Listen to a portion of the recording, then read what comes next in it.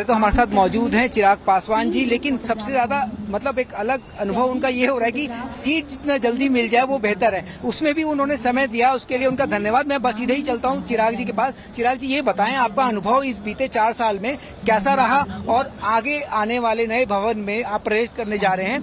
ये आप मतलब अद्भुत संयोग है कि मतलब 17वीं लोकसभा के सांसदों को ही मिल रहा है, तो क्या आपका अनुभव इस बीते 4 साल में रहा, उसके बारे में आप कुछ बताएं। इस अनुभव की खैर तुलना किसी चीज से की नहीं जा सकती। यकीनन सेकेंड टाइम मैं मेंबर पार्लियामेंट हूँ। पुरानी बिल्डिंग को जब छोड़ के जा रहे हैं तो एक भावुक क्षण भी है। डेफिनेटली इतनी यादें यहाँ से जुड़ी हुई हैं और मैं उन सौभाग्यशालियों में से हूँ जिनको जिनके पिता उनका हाथ पकड़कर, उन्हीं का ही हाथ पकड़कर, मेरे नेता, मेरे पिता आदरणीय रामविलास पासवान जी का ही हाथ पकड़कर इस बिल्डिंग में पहली बार आया था और उन्होंने ही मुझे यहाँ की कार्यप्रणाली, कार्यशैली सिखाई थी। और ना सिर्फ मेंबर पार्लियामेंट के तौर पर बल्कि जिस घर से मैं आता हूँ घर पे भी यही चर्चा होती थी। जब से होश संभाला संसद की कार्रवाई को समझा, पर आज जब हम लोग एक नई बिल्डिंग में जा रहे हैं यकीनन उसको लेकर उत्साह भी। और कल मुझे लगता है इस अनुभव को बहुत खूबसूरत शब्दों में प्रधानमंत्री जी ने बताया कि इतिहास और भविष्य के बीच की कड़ी है हम लोग। मुझे लगता है हम उन सौभाग्यशालियों में से हैं जिनको ये कड़ी बनने का सौभाग्य प्राप्त हुआ। तो कैसा अनुभव आपका रहा? इस बीच में खट्टे मीठे अनुभव आपके रहे होंगे, बाकी सरकार के साथ आपका कैसा तालमेल रहा, विपक्ष के साथ आप ऐसा कौन सी स्पीचेस आपकी रही हैं जिसमें मतलब आपको अनुभव हुआ होगा सरकार की तरफ से मिलने वाले सपोर्ट को लेके, और विपक्ष के जो उनके कटाक्ष होते हैं कई मरतबा अपनी बातें रखते हैं, चर्चा होती है, वाद विवाद होता है, ऐसा कौन सा पल आपको है जो अभी तक स्मृति में है? भाई वैसे तो अनगिनत ऐसे लम्हे हैं इस संसद में बिताए हुए और पुनः सौभाग्यशाली रहा हूं कि कई मौके मिले सदन के पटल पर अपनी बातों को रखने के। डेफिनेटली अगर स्पीचेस की बात करें, धारा 370 एक बहुत ही ऐतिहासिक पल था जब उस धारा को हटाया गया था। और उस वक्त जो मेरा संसद में भारत की लोकसभा में उस वक्त जो मैंने अपनी बातों को अपनी स्पीच के माध्यम से जो सदन के पटल पर रखा था उसकी काफी सराहना हुई थी। एक और मेरी स्पीच थी जिसमें मैंने विमेन रिजर्वेशन बिल की मैंने मांग प्रमुखता से की थी। ये तमाम ऐसी स्पीचेज हैं जो आजकल की टर्मिनोलॉजी में वायरल हुई थी, जिसके लिए लोगों ने काफी सराहा था। बट हाँ, कई खट्टे मीठे हर तरीके के अनुभव रहे, कई तरीके की नोकझोंक रही सदन में अपनी बातों को रखने के दौरान।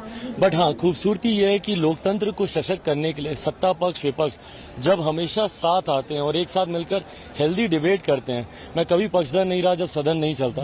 यही वो जगह है जहाँ पे आप बातें कीजिए, बहस कीजिए, पर सदन को चलने दीजिए। और ये उम्मीद मैं रखता हूँ नई लोकसभा में, नए संसद में, कि वहां पर कम से कम सदन चलेगा, मतभेद रहेंगे बट सदन जरूर चले।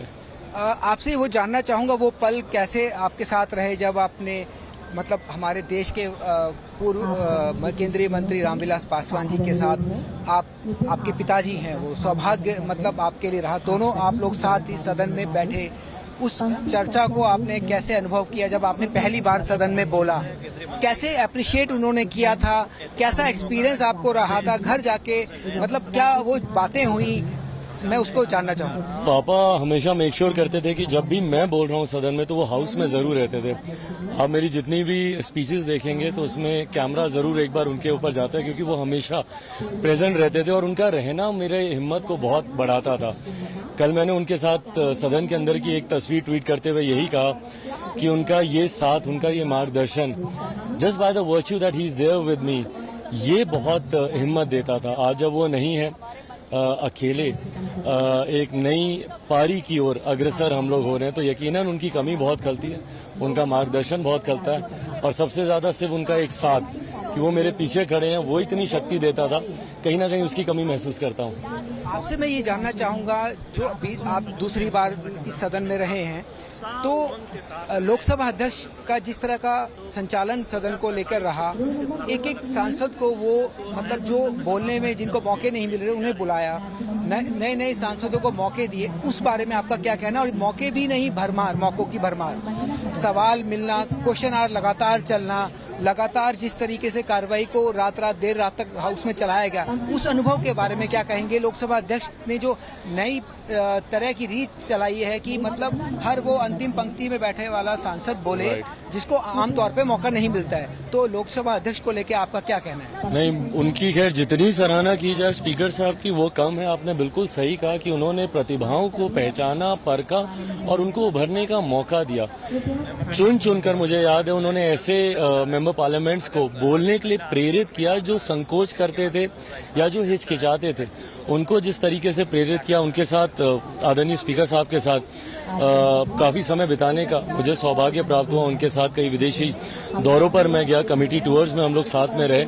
उस वक्त जो उनके विचारों का आदान प्रदान हुआ, उनको जितना समझा, उनके व्यक्तित्व की ही ये खूबसूरती है कि प्रतिभाओं को निखारना, उनको हौसला देना, एक पिता तुल्य की भूमिका में आकर वो यंग सांसदों को वो प्रोत्साहित करते थे। सदन की कार्यवाही सुचारू रूप से विपरीत परिस्थितियों में भी चले, लेट नाइट तक सेशन चले, पर उन्होंने कभी उस बात को लेकर ऐतराज नहीं जताया, उल्टा सांसदों को मोटिवेट किया। उनकी सुख सुविधाओं का सदन के भीतर जिस तरीके से अध्यक्ष जी ने ख्याल रखा है, मुझे लगता है he is one of the best speakers we ever had. इस चर्चा को मैं विराम दूं, आपको जल्दी है सीट जाने की। बस एक अंतिम है, जैसे आप खुद को मोदी जी का हनुमान कहते हैं, तो लोकतंत्र के नए मंदिर में जब आप प्रवेश करने जा रहे हैं, तो क्या विचार आपके मन में आ रहे हैं अपने राम के प्रति हनुमान के नाते? ये मेरे प्रधानमंत्री के साथ एक व्यक्तिगत खूबसूरत रिश्ता है, राजनीतिक दृष्टि से बहुत दूर है, और उसी की एक खूबसूरत सी झलक शायद उस दिन एनडीए की बैठक में देखने को मिली जब उन्होंने मुझे अपने गले से लगाया। जैसा मैंने कहा, इसको मैं राजनीतिक मर्यादाओं में बांध ही नहीं सकता, ये व्यक्तिगत है और मेरे दिल के बहुत करीब है, और उन्होंने हमेशा इसकी वो मर्यादा बनाए रखी और वो प्यार और स्नेह उनसे हमेशा मुझे मिला।